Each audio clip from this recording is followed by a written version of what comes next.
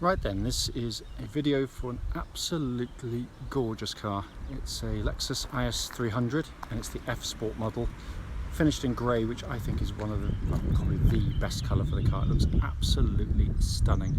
This is going to be a little bit quicker than normal, only because there's a huge black cloud above me and it's going to deposit rain very quickly and very hard any second. But I can hear it coming. So, but the front of the car, bonnet, absolutely beautiful. Panels on the side, wonderfully clean. So I apologise, it's going to be a fraction quicker because it is. I feel the spots, I can hear them coming.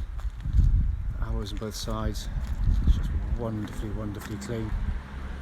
Come around the back of the car, in absolutely superb order.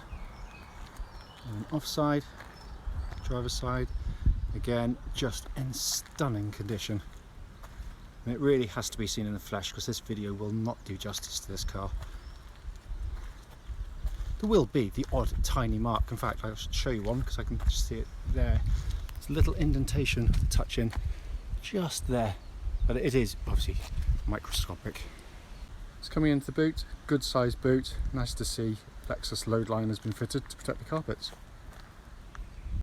Coming to the back of the car now, see this absolutely gorgeous interior. This makes it look redder than it is because it's more kind of plummy. It's just that the video has a habit of making things look very glary indeed. It is stunning. It's coming on the passenger side, again all in lovely order. Seat on the side again, electrically adjustable, in absolute super condition. It's coming to the driver's door guard. I think we're about to beat the rain, I hopefully we are. The footwell area is lovely and clean, apart from a bit of grass that's managed to deposit itself. The driver's seat, really good. The only way you get is a little bit on the wing as you get in and out, which is quite normal. But the seat itself, generally very good indeed. So inside the car now, and what an interior. Absolutely stunning. As I said in the following road test video, I think this is the premium nav, but I might be wrong, so please do check. I know that obviously this one, because they don't all get it, you get the rear parking camera, which all works absolutely perfectly. But the rest of it, I mean, it is just such high quality and so easy to use day in, day out. And you come across the main binnacle here, and that's the screen you get in eco and normal mode. If I twist to the right, you get the rev counter comes up, so it's always a bit blurry in the way these videos do it, but I'll try and move it back. As I say in the road test video, this button here, that is so satisfying to do. I don't know why. Shouldn't be, but it is. But it is a gorgeous car. Finally, just to show you, owner's manual pack and lock and wheel nut key here and present with the car. Right then, this is a quick road test video, and this is for a Lexus IS300, and it's the hybrid F Sport model. The car's registered LF14KMK, and mileage current showing 46,867 miles. As always, the reason we do these videos is very simple indeed. We essentially want anyone that's looking at any of our cars online to actually see the car they're looking at in operation. And the reason we feel it's important is very simple. It's because we know to our cost. We've been to see cars where it looks perfectly good in the photographs, in the description, but only to get there and find out it's got a fundamental issue that shows up whilst you're driving the car. So that's why we do it. We also do it on these very quiet country roads close to our premises. This actually forms part of the road test route that we take customers on, so the reason we do the videos on it is hopefully then it'll be representative of what you'd feel yourself should you be offered a test drive in the car. So coming to the car itself, I absolutely adore these cars, so it's going to be a horribly biased video in the sense that I love it, but you know, I will be critical of the vehicle in essence to sort of feedback on any issues, as I promised we would do. As with all the hybrid cars, press the power button, the car kind of whirs into life, more often than not silently, just starts on electric. Lexus quite cleverly now refer to their cars as self-charging hybrids. They never used to call it that in the past, or didn't make such a big deal of it. Reason is, of course, that pure electric cars and some electric hybrid cars You know, if you run the batteries low, you come to a stop, and you know, this is all about this kind of range anxiety everyone's going on about at the moment. The fact is, you just drive this car as a normal petrol car. It's as simple as that. You operate it in exactly the same way. You can do different things, but you know, essentially you just put fuel in, and when it gets low on fuel, you put more fuel in. It's as simple as that. The car, you can drive the car in 3 modes. Currently I'm in what they call normal mode.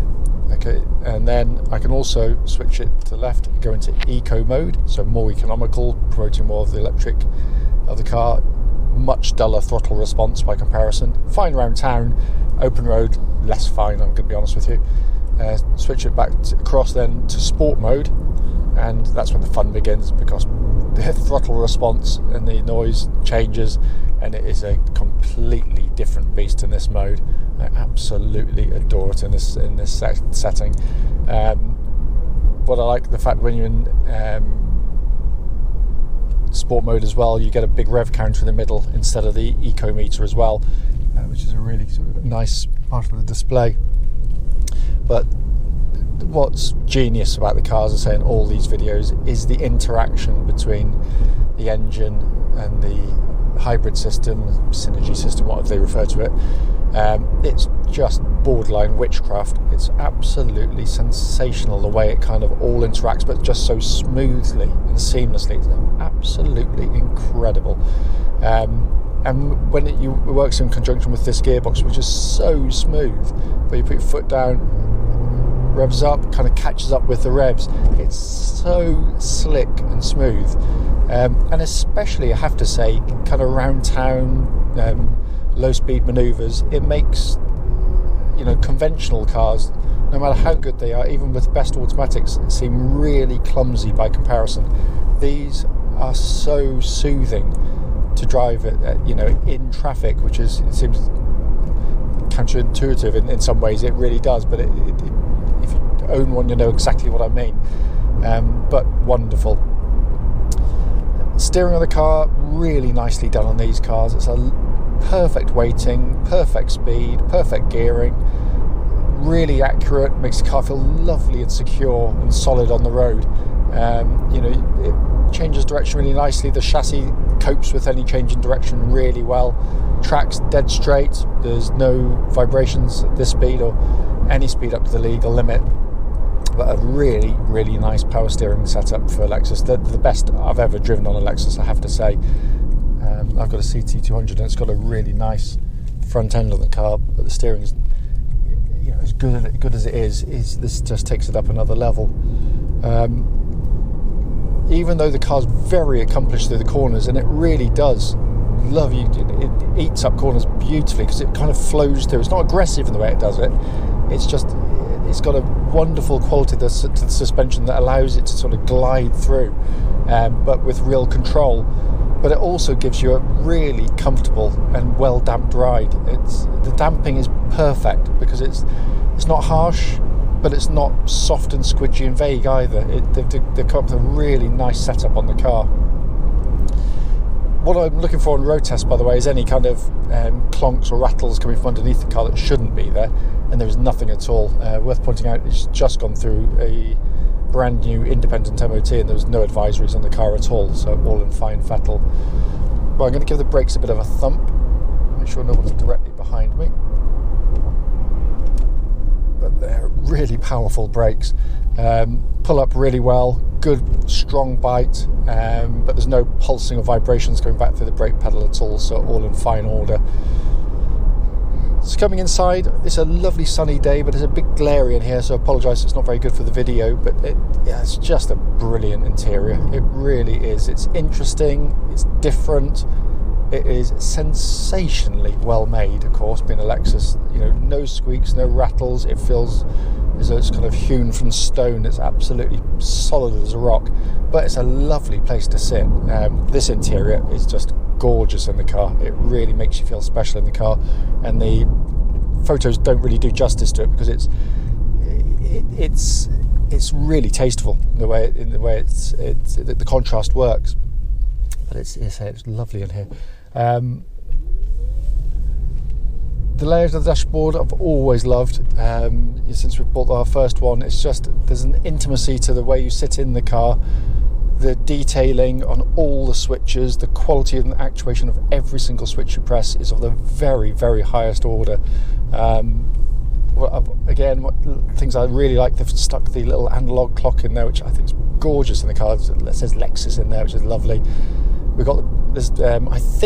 I think because it's got the rear camera, this might be the premium sat nav, but I stand corrected. But it's certainly not standard on the vehicle in that guise anyway, because you can get them without cameras, but all working absolutely perfectly. Likewise, a dual zone climate control system which pumps out absolutely ice cold air. Wonderful entertainment system in the car. Heated seats, all working exactly as they should. Very, very, very nice and neat and cooled as well, of course. Just turn those off because they're going to be too much for me. And then this wonderful binnacle in front. As I said before, if you're in eco or normal mode, you'll have a power meter, but you've got this wonderfully simple small display. It is just brilliant. It's just so nice to use. The fact that you haven't got tons of information coming at you, they've kept it brilliantly simple. And the world's most satisfying button, this one here, moves it across to give you information on that side, and it sounds like something out of Star Trek or a sci-fi film. Is it slides back across when I press the button? I mean, that is, whoever thought of that idea, that is simply superb.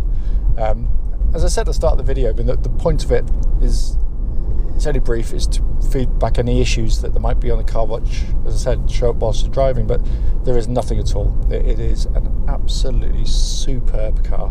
But I told you I was biased. As always though, if you've got any questions, obviously give us a call.